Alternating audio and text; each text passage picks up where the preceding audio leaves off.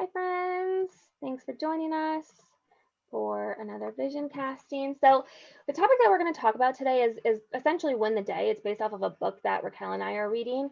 So, to get started, they talk about living in day tight compartment, meaning, so he says this the load of tomorrow added to that of yesterday, carried today, makes even the strongest falter. We get so overwhelmed by yesterday's mistakes, and then we feel underqualified by the opportunities that we have tomorrow, so we're so tempted to quit before we even get started.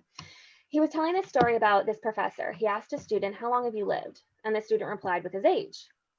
And the professor said, no, that's how long your heart has been pumping blood, not how long you have lived.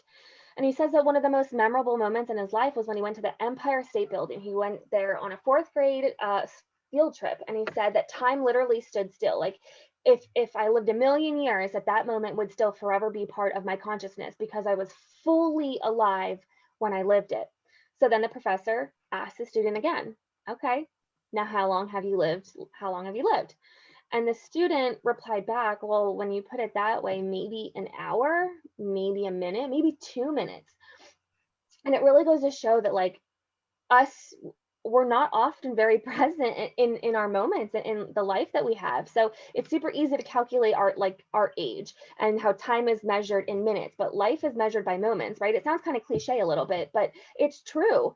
So question number one, we want you to write about a time that you fully lived. Be specific. We want you to include all five of your senses. Like, what was the weather like? What do you smell? Who were you with? What were you wearing? What did you feel? Be as specific as you can. And when you're done answering that, then come back. And I thought that the statistic was really interesting. The average person spends about 46.9% of their time thinking about something other than what they're doing at that present moment. That means that we spend almost half of our lives not fully alive and present. If you want God to do something new for you, then you have to do something new for you. You can do anything for a day, but can you do it for a week or a month? What about for the rest of your life? As the timeline gets longer, it's harder for us to do those things consistently. The odds of success gets greater as you make the time compartment smaller. That's why we focus on habits, building better habits instead of goals, because it's too far in advance. So you can do anything for a day. Raquel, talk to us a little bit more about this book. Okay, so it's called Win the Day, and that's literally like the title of it. That's literally the goal, is to win the day. Beginning with the end in mind. So what do I mean by that is like showing up every single day, like you already own whatever goal that you are going after, knowing that you've already arrived. We need to define the win. So like, I know it's end of month, so many of us are going for promotions, and winning the day, like literally seeing that promotion roll over on your e-suite every single day up until that moment. In the book, they talked about this boat and yacht race or whatever it was. It was back in the day. They were undefeated for 332 years. And the opponents, the Australians, I think it was, they literally visualized, they had a clip and they visualized their victory for 365 days, and they won that race before they even crossed season one over there. So what is your next promotion? Whether it's this month, whether it's next year, what is your next promotion?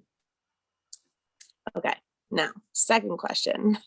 Describe that promotion, literally that moment that it rolls over onto your e-suite. Like, how do you feel? Where are you at? Who's around you? Like, literally describe that moment. Okay. And then after you do that, the difference between success and failure is the story that we tell ourselves.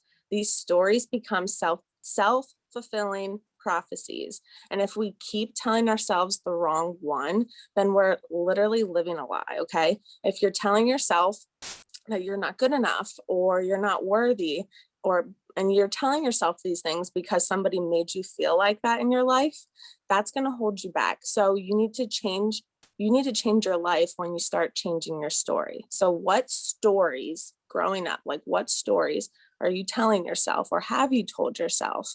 Or maybe they're current, but whatever stories. Okay, question number 4, sorry. What stories are you telling yourself that is putting a handicap on your success?